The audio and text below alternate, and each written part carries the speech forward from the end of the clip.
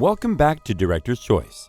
There's no shortage of dark theories that surround Lion King, but then again, what can you expect from a movie that is loosely based on Hamlet, one of the greatest tragedies ever written? The theory we'll be looking at today casts a dark shadow over the already dark tale of Simba and his trials. Everything the light touches is our kingdom. It also places a lot more burdens on Simba's shoulders, as if he wasn't burdened enough. By the end of this video, you won't hate Simba, but you'll certainly look at him differently. In fact, some people have labeled him as a villain based on this theory alone. Are you sure you can handle what you're about to see? If the answer is yes, then keep watching. Is Simba the real villain of Lion King? We all know who the bad guy is in Lion King. It's the creepy lion with a scar on his face. But could there be another villain? One so perfectly hidden that we thought he was a good guy? This theory points an accusatory finger at none other than Simba, naming him the real villain of Lion King. If you've ever wondered why the drought in Pride Rock magically appeared when Scar took over, and then magically disappeared when Simba returned, then hang on tight, because this theory explains all of that. After Mufasa's tragic death, Simba's departure, and Scar's takeover, we see that a huge drought befalls Pride Rock for several years, leaving most of the animals with no choice but to leave. And those who remained probably died. In the end, the once thriving area was turned into a wasteland. There are many possible reasons for what happened. Some people believed it was Scar's poor management skills that caused the drought. He had promised the hyenas an all-you-can-eat buffet if he became king, and he delivered on that promise. Soon the circle of life became a weirdly shaped isosceles triangle, and Pride Rock was plunged into a terrible drought. Now, while that theory is plausible, it's time to look at another theory that explains the drought in a bit more theatric detail. When most of us watched Lion King, it was easy to assume that Scar's reign over Pride Rock was what caused the drought that plagued the land. Some even assumed it was the overpopulation of the hyenas, but this theory has revealed the true cause of the drought.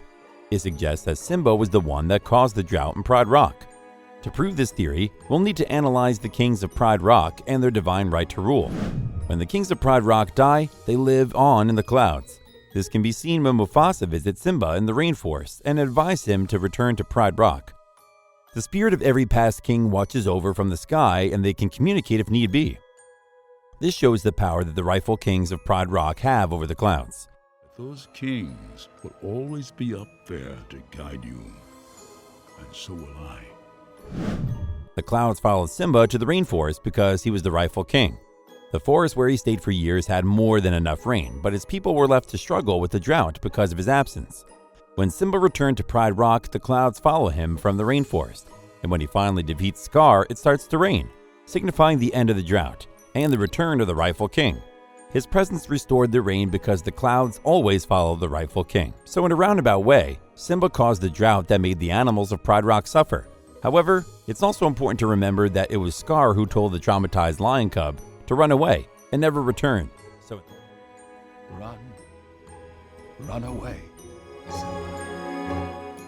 Run away and never return. So in the end, Scar remains the true villain. Scar ate Mufasa. As I said earlier, there's no shortage of dark theories that surround Lion King. This next theory is even darker than the last. It claims that Scar ate Mufasa after he told Simba to run away.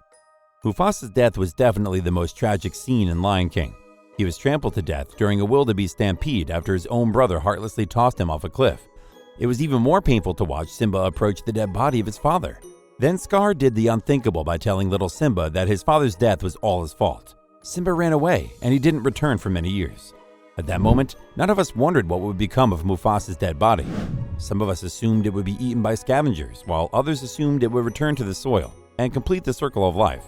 However, a new theory has come forward that suggests that Scar devoured his brother's dead body before returning to Pride Rock and naming himself king. If Scar was capable of throwing his brother to death, would it be so far-fetched to assume that he also ate him? Well, probably, but it's still a pretty good theory. Lions have no natural predators, so there's no other obvious option for who could have eaten Mufasa's body. Not even the hyenas would eat the body of a dead king, so the only one left is Scar. Plus, there are a few details that support this theory. When Scar becomes the king of Pride Rock, he locks up Zazu and watches the terrible drought with folded arms. Toward the end of the movie, we see him tell Zazu to sing a song for him. As Zazu sings, "I've got a lovely bunch of coconuts," Scar hums and sings along while holding an animal skull in his claws. This theory suggests that the skull he was holding was actually Mufasa's, a sort of souvenir that he kept after devouring his brother. Research confirms that lions can cannibalize one another, which supports the theory that Scar ate Mufasa. Some may argue that the skull is too small to belong to a lion, but if you do a Google search, you'll see that the skull in Scar's claw looks eerily similar to a lion's skull. While some people agree with this theory, others argue that the skull looks less like a lion's skull and more like a baboon skull, implying that it actually belongs to Rafiki.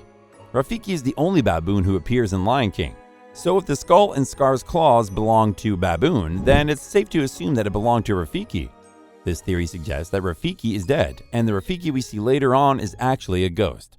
If Rafiki is dead, then his already dark theory just got even darker. In the end, the only thing we know for sure is that the skull is a reference to Yorick's famous skull seen from Hamlet. Simba and Nala are siblings. While we're on the subject of dark theories from Lion King, did you know that Simba and Nala are actually siblings? According to this final theory, the two lions are related, although we don't know in what way exactly. They could be cousins or even siblings. Is that really you? Yeah, it's me, Simba. Nala, what are you doing? I can't believe it. Look at you. The theory comes from the fact that the female lions usually only mate with 1 or 2 adult males that are in their pride. There are only 2 adult male lions that we see in Pride Rock, Scar and Mufasa. This makes them the only 2 possible mates for the female lions of Pride Rock. According to this theory, Scar is Nala's father. The theory points out that Scar and Nala have the same eye color. If Scar really is Nala's father, then that would make her and Simba cousins. It's not uncommon for related animals to mate, but it's still weird to think that incest was committed in a movie for children. There's also the theory that claims that Nala never really loved her alleged cousin, Simba. When Simba and Nala reunite in the rainforest, they fall in love, and that love was one of the main reasons he returned to Pride Rock. A few fans don't believe Nala felt the same love that Simba felt for her. They believe she merely pretended to be interested in him, so he would come back and rescue her and the other lions from Scar. If the theory is true, can you really blame her? Her people were suffering, and she knew Simba could bring that suffering to an end. I'm here, Mother. I'm home. Simba, I'm so happy to see you. That brings us to the end of today's video. Thank you so much for watching. What do you think about the Dark Lion King theory? Do you think Simba is the real villain? Do you think Scar ate his own brother? And finally, do you think Nala and Simba are cousins? Tell us what you think in the comment section below. Check out this other recent clip by Director's Choice, and please don't forget to subscribe to our channel and click on the notification button so you never miss an episode.